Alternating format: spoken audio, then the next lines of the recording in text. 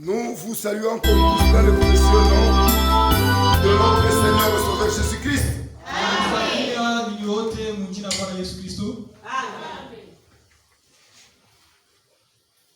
Est-ce que nous sommes dans la joie? Acclamons le Seigneur.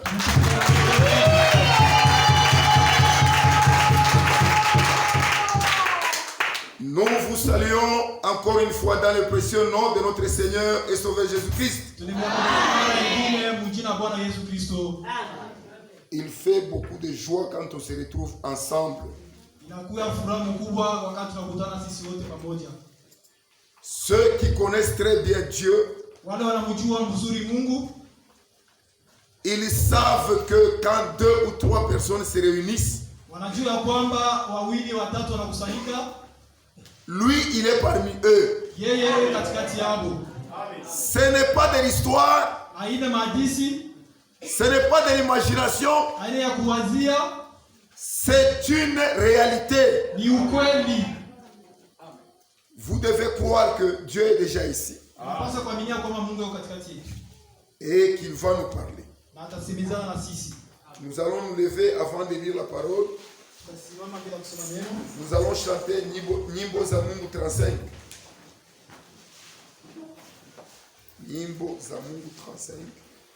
2 couplets seulement.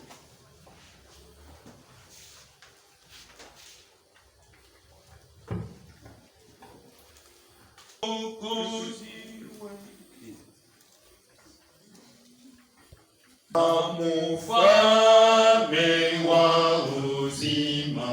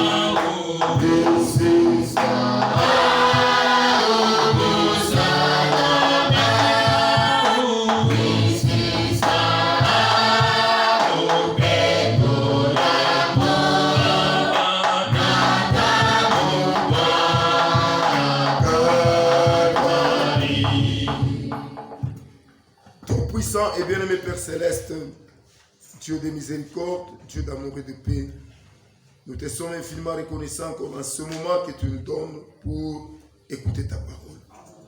Nous ne sommes que des humains, Seigneur. C'est pourquoi nous présentons beaucoup de faiblesses. Nous avons des manquements, nous avons des péchés, nous avons des problèmes, nous avons des difficultés. Nous croyons de tout notre cœur que tu es solution à tout problème.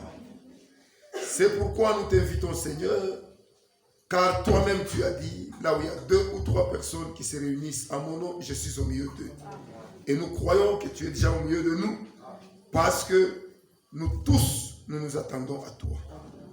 Lave nos péchés, purifie les Seigneur, ôte-les par le sang de l'agneau, bénis chaque âme qui a des problèmes. Ô Seigneur, qu'il puisse se retrouver devant ta face et savoir que tu es le Dieu qui donne la solution à tout. Seigneur, descends encore au milieu de nous. Tu connais le cas de chacun, Seigneur. Par ta parole, que tu puisses entrer dans le fond du cœur, que tu puisses répondre à chacun Que cette parole puisse pénétrer et demeurer à jamais. Car tu demeures le même hier, aujourd'hui et éternellement. Et que celle-ci puisse nous donner la vie. Et que nous puissions être conduits de la bénédiction en bénédiction, de progrès en progrès, de puissance en puissance, de merveille en merveille et de gloire en gloire. Nous nous attendons à toi entièrement. Que le sang de l'agneau nous couvre et que tu circoncises nos oreilles spirituelles et que nos cœurs reçoivent ta parole. Nous les demandons au nom de Jésus-Christ. Amen. Amen. Nous allons lire dans 1 Roi chapitre 21.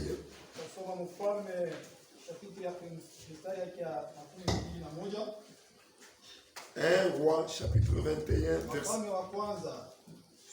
du verset 1 jusqu'au verset 3. Après ces choses, voici ce qui arriva. Naboth et Akab, roi de Samarie. Et Akab parla ainsi à Naboth. Cède-moi ta vigne pour que j'en fasse un jardin potager, car il est tout près de ma maison. Unipe shamba yako nifanye shamba ya mai kwani iko karibu ya nyumba yangu. Je te donnerai à la place. Kisha Naboth akasema kwa Akabu, que l'Éternel me garde de te donner l'héritage de mes pères. Wa milele anichunge kwa kupatia shamba yangu ya urithi wa baba yangu. Que Dieu bénisse la lecture de sa parole. On a parlé de l'héritage. Tangu juma lipita tulisemezea njoo ya urithi. Nous avons dit par beaucoup d'écritures. Par beaucoup d'écritures pour prouver que l'héritage ne se vend jamais. Dieu avait donné aux enfants d'Israël l'héritage. Il les considérait comme les pèlerins et les voyageurs ici sur la terre. C'est pourquoi aucun d'eux n'était éternel sur la terre. Par conséquent, ils ne devaient pas vendre l'héritage, parce que l'héritage appartenait à tous. Dieu dit dans sa parole que les terres m'appartiennent. Mais vous êtes des passagers. Nous avons lu dans beaucoup de chapitres. Dans Ézéchiel, là où nous avons lu en dernier, Dieu dit des princes ne peuvent pas presser pour avoir de l'héritage. Et nous avons dit que l'héritage, c'est la parole de Dieu pour nous. Personne ne peut nous presser pour retirer la parole de Dieu en nous. Nous avons lu ce que David a dit dans Psaume chapitre 119.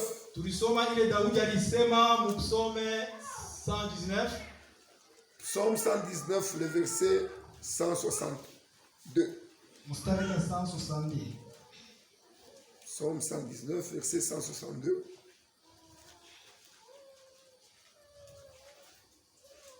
Lisons 161 et 162, les deux. Des princes me persécutent sans cause. Mais mon cœur ne tremble qu'à tes paroles. La parole de Dieu, c'est notre héritage. Un enfant de Dieu n'est pas poltron, n'est pas craintif.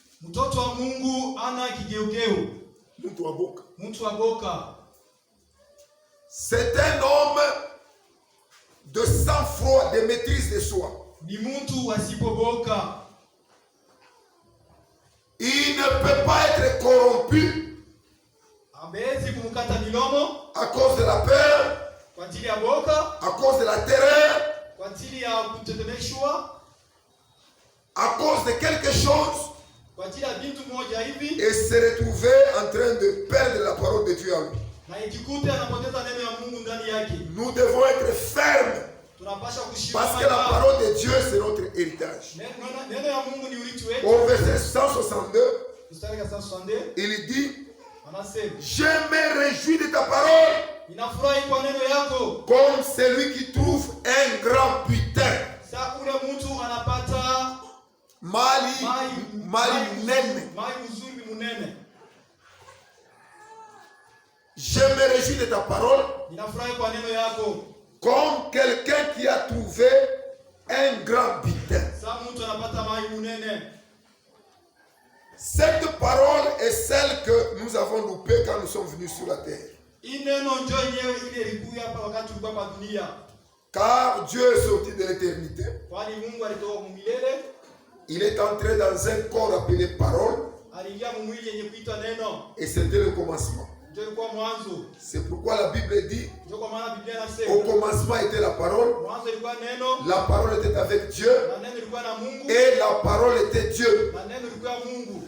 Et au commencement, Na kwa mwanzo Dieu a créé toutes choses par sa parole. na Mungu aliumba kila kitu kyote kwa neno yake. Et nous avons dit Na tulisema que la parole seule ne pouvait rien faire. kwa neno peke haitafanya kitu. La parole est toujours munie de la puissance de l'Esprit. Neno iko paka na inasindikizwa na uwezo wa Roho Mtakatifu. Ici, c'est dans l'éternité Mungu ni umilele, où Elohim pale Elohim est sorti. mule alitoka, Ici, c'est au commencement. kule ni mwanzo.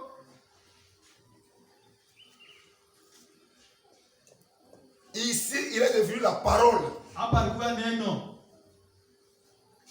Quand il voulait créer, Wakati alipenda kuumba, il a émis une lumière. alitosha mwanga. Quand il a émis une lumière, Wakati alitosha mwanga, maintenant lui-même, ye moya l'Éternel, wa milele est entré dans cette lumière. aliingia ndani ya ile mwanga. C'est pourquoi on dit, Ndio kwa maana au alisema commencement était la parole. mwanzo ilikuwa ni neno, Parce qu'il avait d'abord émis la lumière. kwani alileta mbele mwanga, Lui-même était dans l'éternité. yeye alikuwa milele, Ensuite, il est sorti de l'éternité. kisha anatoka milele Il est entré dans cette lumière. na anakaingia mwanga. Et Jean dit au commencement était la parole. Na Yohana anasema mwanzo ilikuwa neno, La parole était avec Dieu. na neno ilikuwa na Mungu, Et la parole était Dieu. na neno ilikuwa na Mungu.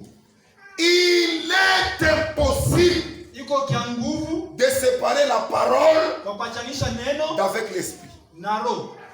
Amen. C'est pourquoi, Ndio kwa maana dans chaque parole qui sort de la bouche de Dieu, kila neno inatoka mkinywa wa Mungu c'est la vie qui sort. ni uzima inatoka, Et cette vie, na ile uzima elle est créatrice. niko naumba.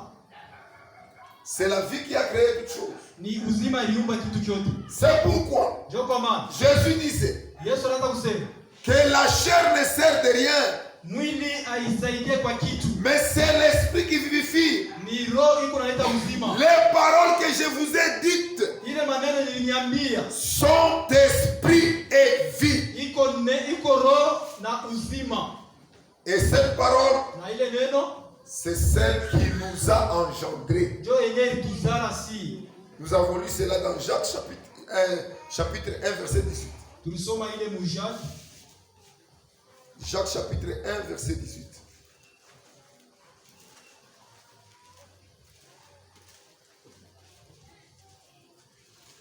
Jacques chapitre 1, verset 18.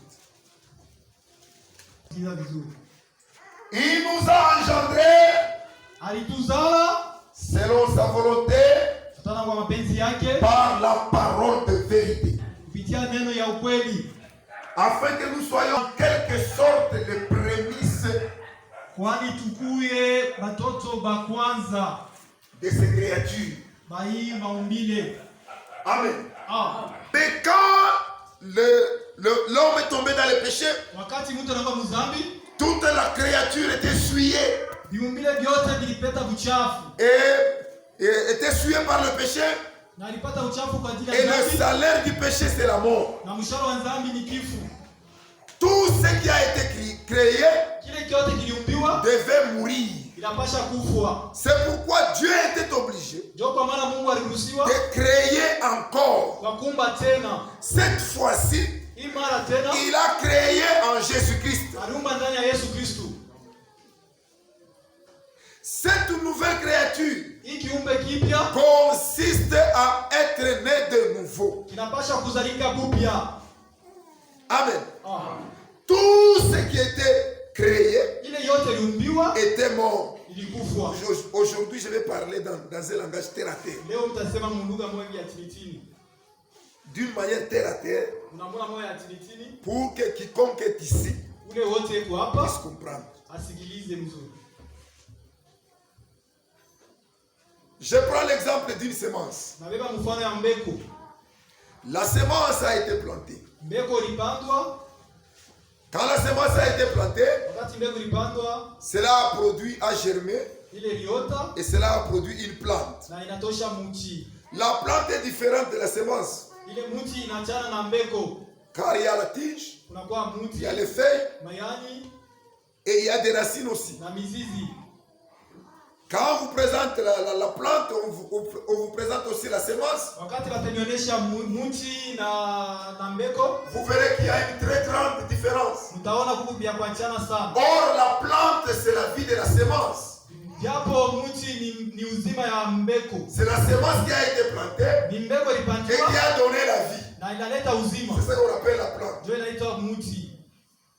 Maintenant, quand la plante atteint la maturité, Wakati mtu itapata kukomaa kwake, la plante produit beaucoup de graines. inaleta mambeko mingi. N'est-ce pas ça?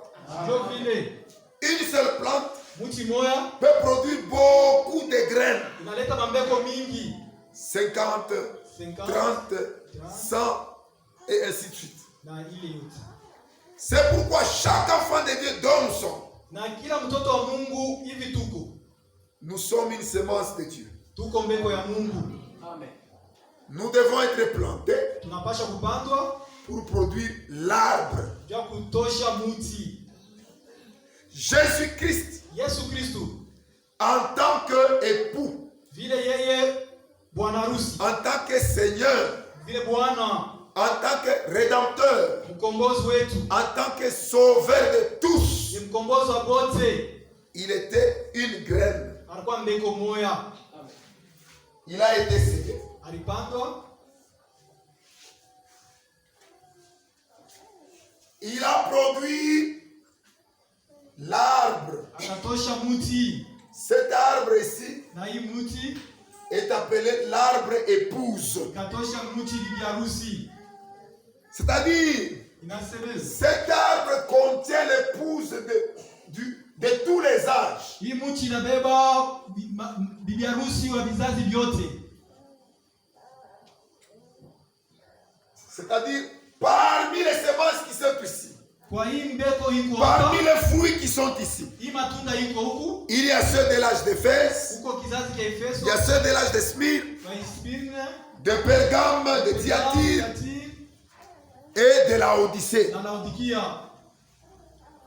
Aujourd'hui, Na leo hii chacun de nous kila mmoja représente une semence pour Jésus-Christ. anaonesha mbeko ya Yesu Kristo. C'est-à-dire, Kwa maana c'est un arbre aussi, ni mti tena naye pia en miniature, akidoko, qui doit porter les fruits. inapaswa kubeba matunda. Est-ce que vous comprenez?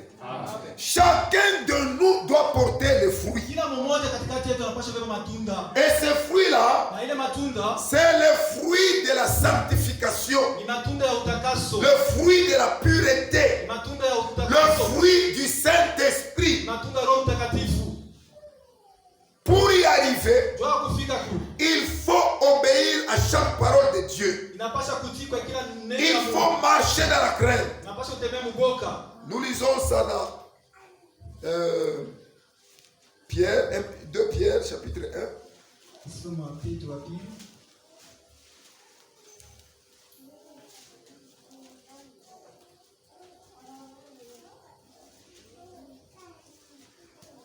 Pierre, chapitre 1, Mstari wa kwanza. verset 3.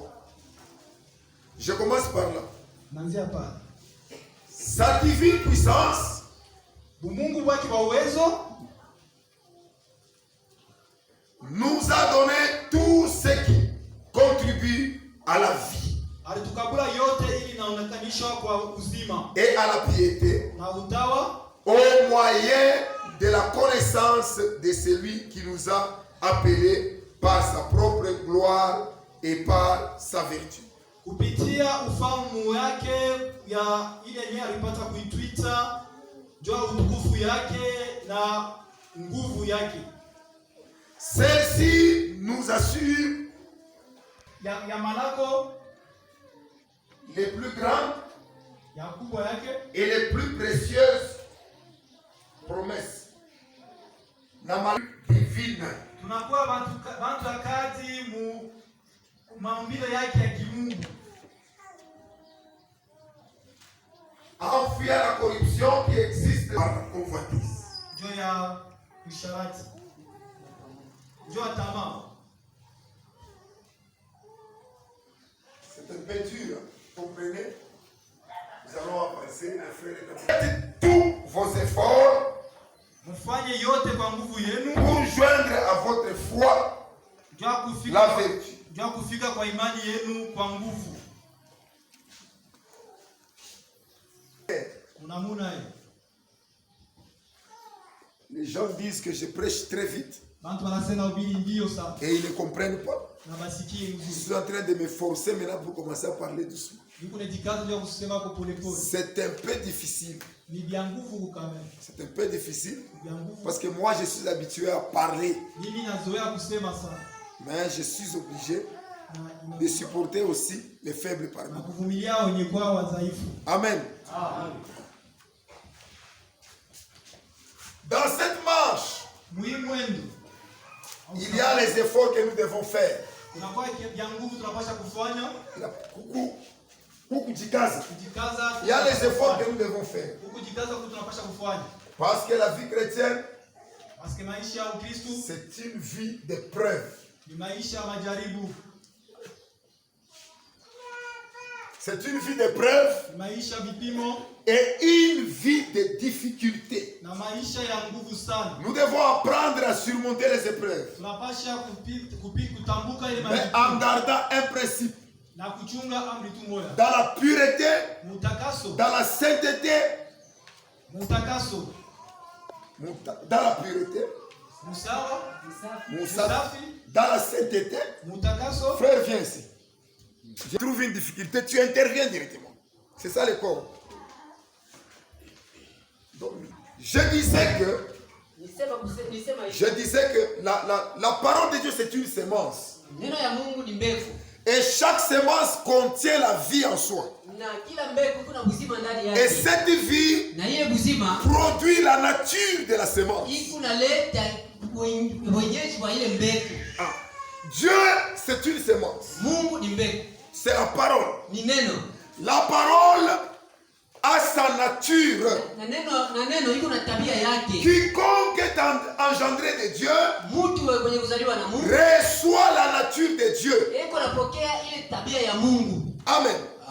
Et quand tu marches, étant enfant d'Albert, ou enfant de Pierre, ou enfant de Jacques, en toi, il doit y avoir le sang de Jacques. Il doit y avoir le sang d'Albert ou le sang de Pierre. C'est-à-dire, c'est la sémence qui a été sémée et qui a produit un petit du même sang que cette sémence qui a été plantée. Vous allez remarquer que la manière de parler de cet enfant-là, même si on ne t'apprend pas, tu peux regarder seulement l'enfant. Si tu connais très bien son père, tu peux regarder seulement l'enfant. Tu découvres cet enfant, c'est l'enfant de terre. Amen. Il en est ainsi aussi de la parole de Dieu. Dans Jacques chapitre 1 verset 18. Il est dit, Jean chapitre 1 et Jacques chapitre Yakobo sura yake ya kwanza verset 18. mstari wake wa 11. Il est dit, Inasema il nous a engendrés par la parole alituzala kupitia neno de vérité, maneno ya kweli selon sa volonté. kufuatana na kutaka kwake. Cette parole qui nous a engendrés Na hii neno lituzala fait de nous la même nature que cette parole. inatufanya kufuatana na neno hiyo yenyewe, Fait de nous, na mwisho yote fait de nous inatufanya shie la même nature tabia moya que cette parole. kufuatana na ile neno. C'est pourquoi, Ndio kwa maana quand un enfant de Dieu vit, kama mtoto wa Mungu yuko naishi quelle que soit sa tribu, kufuata hata kabila yake, quel que soit son pays, hata nchi yake, quelle que soit sa race, hata kizazi yake, quand tu le regardes, kama unamwangalia tu vas découvrir qu'il est enfant de Dieu. utatambua kusema huyu ni mtoto wa Mungu. Amen. Qu'il soit jaune, Akuwe wa jaune, qu'il soit noir, akuwe mweusi, qu'il soit blanc, akuwe mweupe, qu'il soit indien, akuwe indien, qu'il soit de quelle tribu, akuwe wa kabila kani, mais le langage des enfants de Dieu, lakini msemo la ya nature des enfants de Dieu, tabia ya mtoto ya Mungu c'est la parole de Dieu. ni neno ya Mungu. C'est pourquoi, Ndio kwa maana étant les enfants de Dieu, sawa vile watoto ya Mungu nous devons avoir la nature de la tunapasha kuwa parole. na tabia ya Nous devons neno. avoir la nature de Dieu. Tunapasha kuwa na tabia Nous ya devons Mungu. marcher comme Dieu. Tunapasha kutembea sawa vile Mungu. C'est pourquoi nous avons représenté la parole comme étant. Njoo kwa maana tunapasha kuonesha Ili neno sawa semence. vile mbegu. Les Grecs sont allés voir Jésus. Ba Griki balenda kuona Yesu. Je suis dans Jean chapitre 12. Muko tuko mu Yohana. Les Grecs sont allés voir Jésus. Ba Griki balenda kuona Ils Yesu. voulaient voir la sagesse. Balipenda kuona hekima. Jésus les a regardés Yesu akabangalia. parce que selon le monde, Kwa sababu kufuatana na la dunia sagesse commence par les Grecs. hekima ilianzia ni kubaya. Ils voulaient maintenant aller voir Jésus Ibidi sasa bado bamone Yesu. parce que Jésus disait, Juu Yesu anataka vous kusema avez appris de la sagesse de Salomon. Fundishiwa kupata na hekima ya Salomo. Mais en vérité, je vous le dis, Kweli namiambia ici, hapa il y a plus que Salomon. uko ule anapita Salomon. Alors, les Grecs, quand ils ont entendu ça, Sasa Bakristo wakati basikia ils vile voulaient voir cette sagesse. alipenda waone ile hekima. Dès qu'ils sont arrivés, Sasa wakati ils walifika ne pouvaient pas voir où était Jésus. abakuyuwe kwashi batamona Yesu. Ils ont posé la question aux disciples, Sasa wanauliza wanafunzi. à Philippe. Na kwa Filipo. Il dit, nous voudrions voir Jésus. Sasa wanasema tunapenda kuona Yesu. Philippe est allé, il est entré là-dedans. Filipo akaingia Il ndani. est allé voir Jésus. Anaenda kumwona Yesu. Quand Jésus était sorti, Wakati Yesu anatoka. eux voulaient écouter la sagesse. Po walipenda tu waone basikie. Mais maintenant, Jésus a ouvert la bouche. Sasa Yesu anafungula kinywa. Il dit, en vérité, je vous le dis. Akamwambia kweli nameambia. Quand le grain Kama mbegu n'est pas mort, haikufe il demeure seul. inakufa hiyo yenyewe. Il demeure seul. Inekala hiyo yenyewe. Mais quand il meurt, Lakini kama inakufa il porte beaucoup de fruits. inabeba matunda ya mingi. Est-ce que vous comprenez cela? Unaelewa ile? Et quand il a dit ça, Wakati alisema vile, il a dit que celui qui a des oreilles, qu'il attende. akasema tu wale wote wana masikio asikie. C'est fini, il est parti. Unaishi anaenda. Maintenant, les Grecs ont dit, Sasa wakati wanaanza kusema, est-ce que c'est ça la sagesse? "Esi njoo hekima." Est-ce que ça, c'est ça la sagesse? Hii njoo hekima.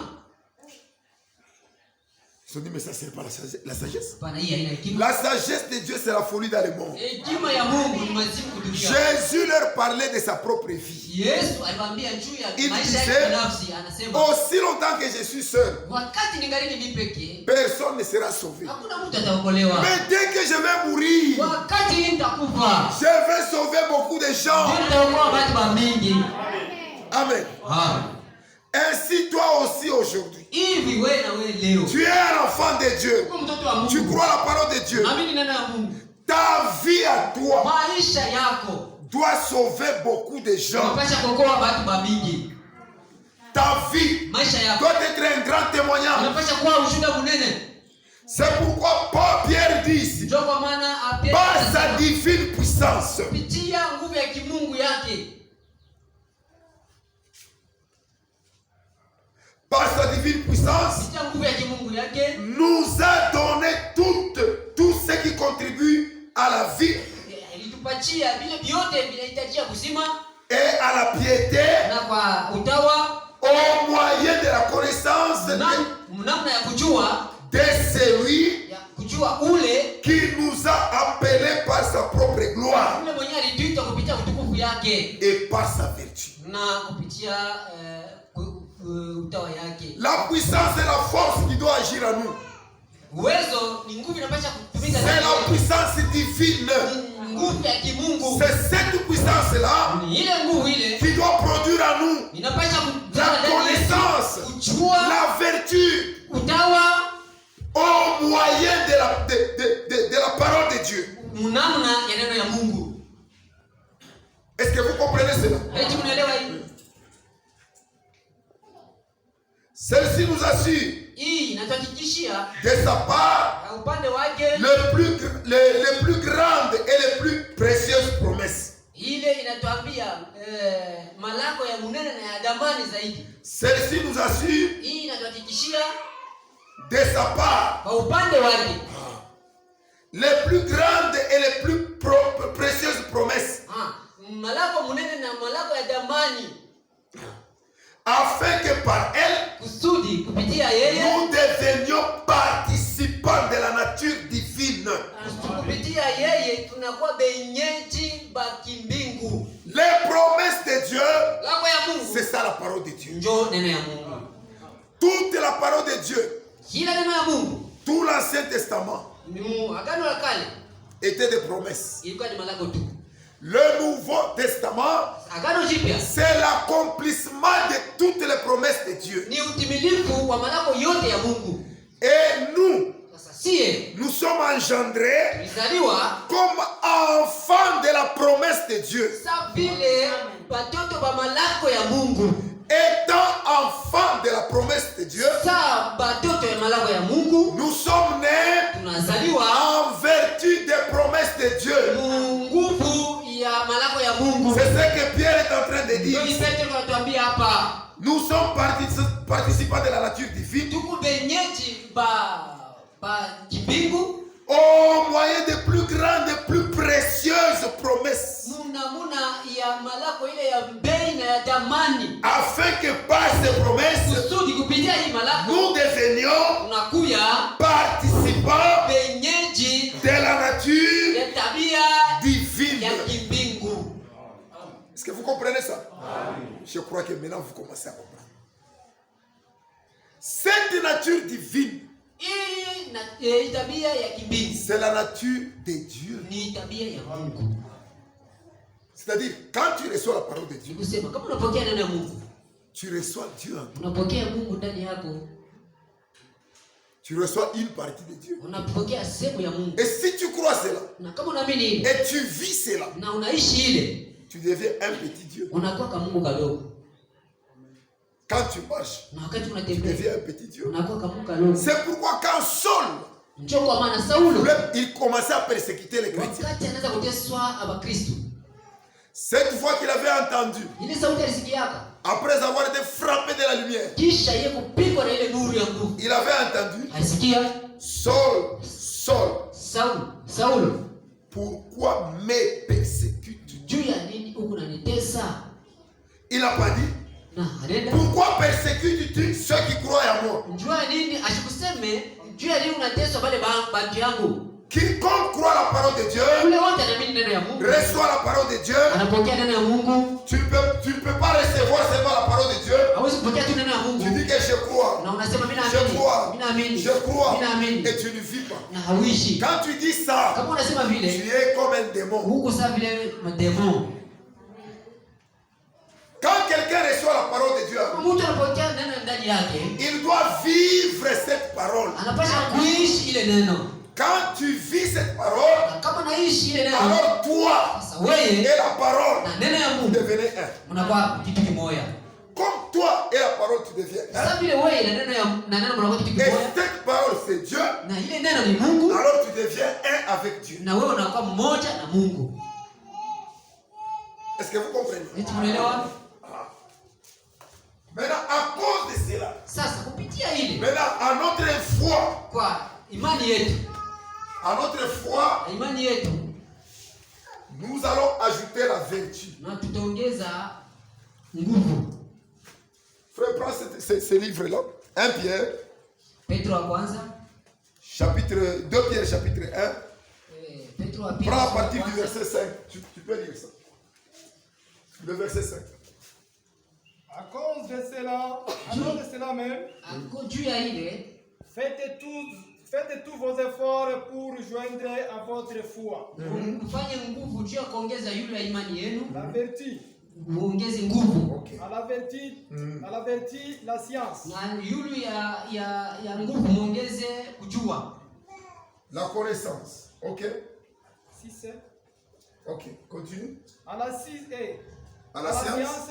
la tempérance, Na yule ya kujua mweke.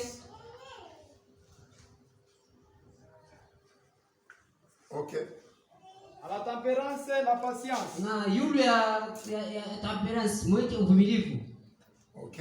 à la patience la piété, Na yule ya uvumilivu mweke utawa. à la piété l'amour fraternel, Na yule ya utawa mweke mapendo ya ndugu. à l'amour fraternel, Na yule ya mapendo ya ndugu. car si ces choses sont À l'amour dans vous, fraternel. à la piété l'amour fraternel, Mapendo ya ndugu. à la piété l'amour fraternel, Ok. à l'amour fraternel la charité. Na yule mapendo ya ndugu mapendo. Que Dieu te bénisse. Mungu Ajoute, akubariki. ajoute, continue. Car si ces choses sont en vous, Kwa sababu hivi vitu kama viko ndani yenu ils sont avec abondance na viko kwa utele ndani yenu, et ne vous laisseront point oisifs haitamiacha utasa ni stériles wala utasa pour la connaissance de notre Seigneur Jésus-Christ. juu ya kujua Bwana wetu Yesu Kristo. Mais celui Amen. Amen. Amen. Amen. Ces choses ici doivent être en vous. Hivi vitu vinapasha kuya ndani yenu En abondance. kwa utele.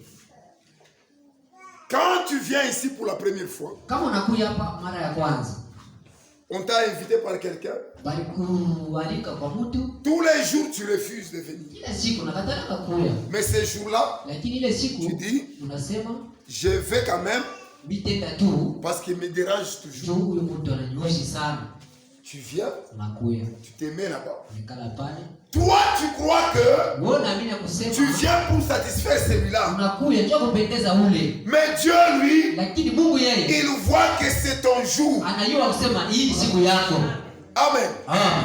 Tu ne peux pas venir Hawezi kuya t'asseoir ici kala hapa si cela n'est pas la volonté de Dieu. kama ile haina mapenzi ya Mungu. Ta présence ici, Wapo wako hapa c'est un mystère. ni siri, Et cela a un but. na ile iko na kifukuzio. Dieu, c'est Dieu qui crée en toi Ni Mungu yuko na umba ndani yako le vouloir et le faire. ile kutenda na kutaka. Chaque fois que tu promets, Kila siku wakati unalaka, parfois ça devient un jeu. saa zingine inakuwa ni mchezo. Tu promets, demain tu promets. Unalaka, kesho Tu unalaka, vas accepter comme un jeu aussi. utechika sasa ni mchezo tu. Tu viens ici. Unakuya hapa. Maintenant, quand tu viens ici, Sasa wakati unakuya hapa, la parole est prêchée ici. neno inahubiriwa Le hapa. prédicateur ne te connaît pas. Mhubiri Le asikujue. prédicateur prêche. Mhubiri anahubiri. Pendant qu'il prêche, Wakati unahubiri, il commence à toucher ta vie. anaanza kugusa maisha yako. Toi, tu ne comprends pas. Wewe hauelewi. Il parle. Anasema, Ce qu'il parle, niko nasema, c'est ta vie qu'il est en train de parler. ni maisha yako yenyewe unasema. Un véritable enfant de Dieu. Sasa mtoto wa Mungu wa vya kweli, On lui prêche pas la parole. abamhubiri yake neno. Suivez-moi très bien. Unifanye vizuri. Pourquoi? Juu ya nini? Parce qu'il était en Dieu dès avant la fondation du Juu monde. alikuwa ndani ya Mungu kabla ya kuumba misingi ya mbingu na dunia. Quand son temps arrive, Sasa wakati yake kama inafika, il se manifeste. sasa inajionyesha. Quand on prêche la parole, Kama unahubiri neno, on lui prêche pas. abamhubiri. Mais on est en train de décrire sa vie. Sasa banaanza kukumbusha maisha maisha yake. C'est ta vie Sasa ni maisha qui yake te rend sûr ndio inamuhakikishia que Dieu te parle. anasema Mungu anazungumzia. Quand un prédicateur prêche, Kama mhubiri anahubiri, il parle. anasema, Mais toi là, lakini wewe pale tu comprends que unaelewa kusema Dieu cause avec moi. ni pardon. Dieu cause. Mungu anazungumza na mimi. Amen. Amen. Et ta façon de comprendre la parole, Namna ya kuelewa maneno ya Mungu. c'est comme s'il y a quelqu'un Kusema vile mtu qui parle en toi. unasema hapo na kuzungumzia. Quand on prêche, on prêche, on prêche. Wakati wanahubiri, Tu vois tes défauts, unaona makosa yako, tu dis, unasema mais Dieu me connaît. Mungu anajua. Maintenant, tu commences à Sasa pleurer. pale unaanza kulia. Quand tu commences à pleurer, Sasa kama unaanza kulia, tu commences déjà à regretter cette vie que tu menais sans Dieu. unaanza kunungulika juu ya maisha yako, unaanza kupitiza. Quand tu pleures, Wakati cela crée de l'amertume en toi. ile inazaa uchungu ndani yako. Après un moment donné, Kisha wakati tu fulani te tais, unaikala kimya, tu prends une décision. unaweka mpango. Tu dis, Unasema à partir d'aujourd'hui, kwanza leo je me repens. mimi natubu. Je n'irai plus dans le monde. Mishi tena tena mdunia. Je ne vivrai plus dans les péchés. Sitaishi tena dhambi. Quand tu prends la décision, Wakati unakamata mpango, tu dis maintenant, unasema je ne sasa rentrerai plus dans les péchés. mimi sitarudia tena mdhambi. C'est ce qu'on appelle la conversion. Ile ndio banasema kugeuka. Écoutez, quand on te prêche la parole, Kama nakuhubiri neno, la foi vient de ce qu'on entend. imani kunakuja kwa kusikia. Ce qu'on entend de la parole de Dieu. Ile unasikia inatoka kwa Quand tu Mungu. crois la parole, Wakati unaamini neno, cela crée en toi de l'amertume. ile ndio inazaa ndani yako Tu uchungu. commences à pleurer. Unaanza Tu commences kulia. à pleurer. Unaanza Tu kulia. commences à regretter tes Unaanza péchés. kunungunikia dhambi yako. Ces regrets de péché là, Ile manunguniko ya ça dhambi s'appelle ile repentance. ndio inasema kutubu. Cette foi-là Na ile va imani produire la repentance. inazala kutubu. Est-ce que vous comprenez? Unaelewa? Maintenant, Sasa tu te répands. Sasa kama unatubu, Miyoyu, sitarudia tena, mubia bongo, sitarudia tena, Mungu nurumie. Et à la fin maintenant, mwisho ya ile tu prends une décision. unakamata mpango. Tu dis jamais je ne retournerai plus dans le monde. Haiwezekani tena mimi sitarudia kudunia. Cette décision Ile mpango s'appelle conversion. ndio inaitiwa kugeuka. Est-ce que vous comprenez? Maintenant, quand tu prends cette décision, Kama unakamata ile mpango, tu te convertis. unageuka. C'est comme quelqu'un qui marchait comme ça. Ikusa vile mtu anatembea hivi. Mais là, il décide, Sasa nakamata mpango. je ne vais plus comme ça. Sitenda hivi sasa. Mimi narudia. Amen.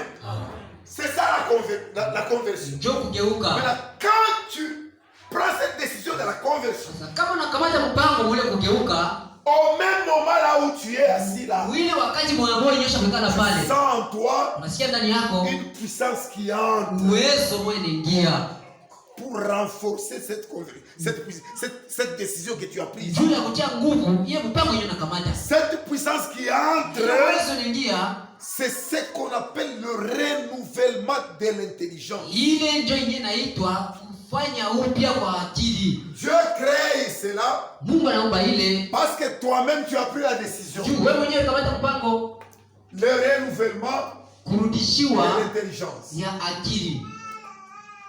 Maintenant, pendant que tu es toujours assis là, Sasa wakati ile moyo wako nyosha kukala pale, ce renouvellement de l'intelligence entre en toi. kurudisha upya kwa akili. Maintenant ici, Sasa hapa on pose la question, anauliza qui accepte Jésus-Christ comme son sauveur personnel? nani mwenyewe anaitikia Yesu Kristo kama mwokozi wake wa pekee? Tu dis, Unasema c'est moi. ni mie. Déjà dans ton cœur, Pale pale ndani ya moyo yako il y a une nouvelle naissance. Mungu kuzaliwa upya. Amen. Amen. Tu acceptes. Uniitika. Quand nous baptisons, nous Kama chini tuko na baptiza, baptisons les hommes déjà transformés. tuko na baptiza ni watu wenye kubadilika. Ce qui a fait tout cela, Ile ilifanya yote c'est ile la foi que tu as acceptée. ni imani yenyewe ulitika. Cette foi ici Na hii imani a produit tout cela. inazala hivi kwa Maintenant, sasa. quand tu vas aux eaux de baptême, Kama unaenda kumaya ya ubatizo, on te baptise. wanakubatiza. Maintenant, Sasa tu deviens justifié. pale unahesabiwa haki. Qui a compris ça? Nani alielewa ile? Que Dieu vous bénisse. Mungu akubariki. Maintenant, quand tu es justifié, Sasa kama unahesabiwa haki, tu es justifié par la foi. unahesabiwa haki kupitia imani. C'est ce que Paul est en train de dire dans Romains chapitre 5 verset 1. Ndio Paulo anasema Waroma Romains sura ya 5 verset 1. kwanza, Tu reçois la justification. unapokea kuhesabiwa haki. 5 verset 1. Waroma sura ya 5 mstari wa kwanza. Étant donc justifiés par la foi, Kufuatana na kuhesabiwa haki kwa imani, nous avons la paix avec Dieu Amen. tunakuwa na salama na Mungu. Par notre Seigneur par notre Jésus-Christ. Seigneur Jésus-Christ. Étant donc justifié par la foi, Kupitia kuhesabiwa haki kwa imani, nous avons la paix. tuko na salama. En ce moment-là, Ile wakati moya moya, quand tu es baptisé, kama uko mwenye tu kubatizwa, es justifié, kuhesabiwa haki c'est par la foi. ni kwa imani. Déjà dans ton cœur, Sasa ndani ya moyo yako tu as la paix avec Dieu. uko na salama na Mungu. En ce moment-là même, Ile wakati moya tu moya peux prier pour les malades. unaweza kuombea wagonjwa Et les malades sont guéris. na wagonjwa wanapokea huduma. En ce moment-là, Ile wakati moya moya, parce que la Bible dit, kwa sababu hii Biblia inasema ceux qui croiront, wale wataamini ils imposeront le même malade watawekea wagonjwa mikono et les malades seront guéris. na wagonjwa watapokea afya. Toi, tu as déjà cru. Sasa usha kuamini, La foi en toi imani ndani yako a fait le pardon de tes péchés. inafanya usamehe wa dhambi yako. La foi en toi Imani ndani yako a établi la paix avec Dieu. inaweka salama yako wewe na Mungu. Étant donc justifié par la foi, Sasa vile mwenye kuhesabiwa haki kwa nous imani, avons la paix avec Dieu. tuko na salama na Mungu. Maintenant, Sasa on va te dire, sasa quand tu nitakwambia es baptisé, ndio kwa wanabatizwa commence à venir écouter la sasa parole. kuya waanze kusikia sauti ya Mungu. Comme Jésus a dit, Sasa vile Mungu alisema baptisez-les, mbabatize, après, kisha demandez-leur baulize, à observer. Dites-leur d'observer mes commandements. baangalie, mubaambie bachunge amri yangu. Nous lisons dans Matthieu, Tutasoma Mathayo Matthieu 28. Mathayo 12:8. Aujourd'hui, je suis en train de parler, je m'efforce. Leo ndio nasema lakini najikaza. Parce que tout bloque, Juu vitu viko na même chez les interprètes, même partout. Bon, écoutez. Et le verset 20. Usikie mkuu. Matthieu 28, verset 20. Verset 19.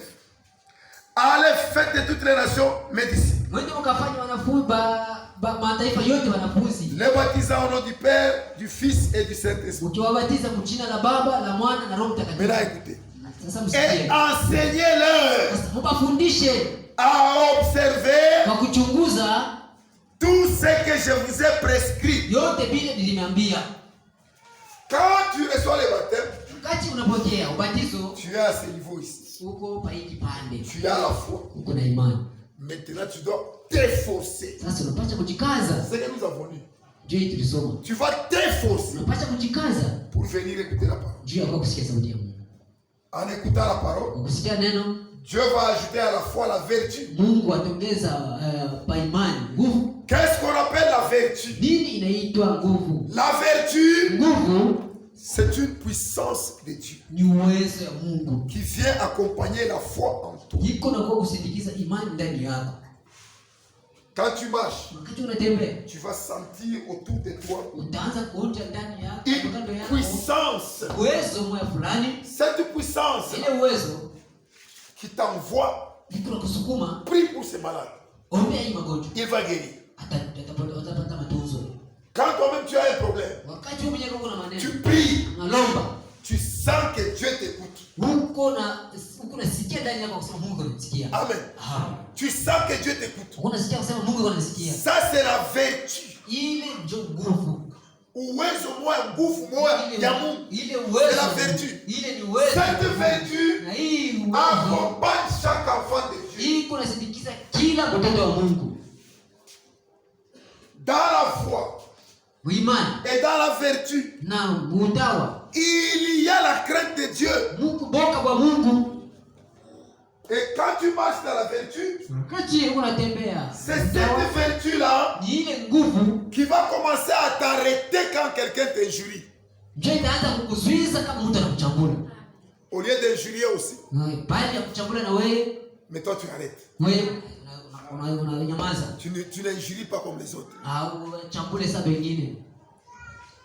On te fait quelque chose. Wanafanya kitu fulani. Cette vertu Ile nguvu est en train de t'aider pour vivre la parole de Dieu. ile iko na kusaidia njoo wewe ishi. C'est pourquoi ayant la foi, njoo kwa maana kuwa na imani tu es sans excuse de vivre la parole de Dieu. pale hauna mipaka ya kuishi neno ya Mungu.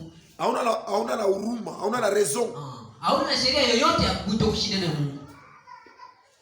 Maintenant, Sasa après ça, kisha hivi tu auras la connaissance. utakuwa kujua. La connaissance vient. Kujua kuna kweli. Ce n'est pas pour écouter, pour connaître beaucoup de versets. Haina juu ya kuleta C'est une puissance de Dieu en toi ni uwezo ya Mungu ndani yako qui entre par la révélation de la parole. iko naingia kupitia ufunuo wa neno ya Mungu. C'est-à-dire, tu comprends bien. Unaelewa vizuri. Tu comprends la parole de Dieu. Unaelewa vizuri neno ya Mungu. Plus que celui qui a bloqué. Kushindia ule mwenyewe anaanza bloquer. Tu comprends la parole Unaelewa neno très correctement. mzuri. Quand on te pose la question pour l'expliquer, Kama na swali juu ya kuweza kufasiria, tu peux utiliser même d'autres versets unaweza kutumikisha hata makaratasi qui nyingine. expliquent ce que tu veux dire. Unafasiria namna inasema ile mambo. C'est une connaissance selon Dieu. Ili kujua kufuatana na Ce Mungu. n'est pas la connaissance théologique. Haina kujua kwa kielimu. Est-ce que vous comprenez cela? Tunaelewa hivi. Ces choses doivent habiter en vous. Hii bitu tunapata kukala ndani Le yetu. diable me signale qu'il n'y a plus de temps. Il ne reste que 5 minutes. Shemashi bana sielewi Nous allons poursuivre ça. wakati tutafatisha ile. Je sais que je suis en train de parler à un peuple Najua kusema ni unasema na taifa. mélangé. Taifa yenye kuchangana. La fois passée, il y avait les gens qui ont dit qu'ils n'ont pas compris. Wakati iliyopita watu kusema watu Alors, waelewe. je n'ai pas été tellement content. Pale sikufurahi juu ya ile. Je parle pour que les gens écoutent. Unasema ni juu watu walisikie. Si les gens n'écoutent pas, Sasa kama watu ce n'est pas walisikie important de parler. haina lazima kusema. Et si vous ne comprenez pas quelque chose, Sasa kama amuelewe kitu vous écrivez ça. unaandika ile. Vous écrivez ça, Unaandika ile vous demandez ça. na unauliza. Avant d'avancer, on va répondre. Kabla ya kuendelesha tutajibu ile. Que Dieu vous bénisse. Mungu anabariki. Ce qui est dit est dit. Hii ni semeo Même si c'est trop peu, hata kama ni kidogo mais l'essentiel est que vous puissiez écouter. lakini lazima ulikuwa kusikia. Que Dieu vous bénisse. Mungu anabariki. Nous allons chanter 121 nyimbo za wokovu. Taifa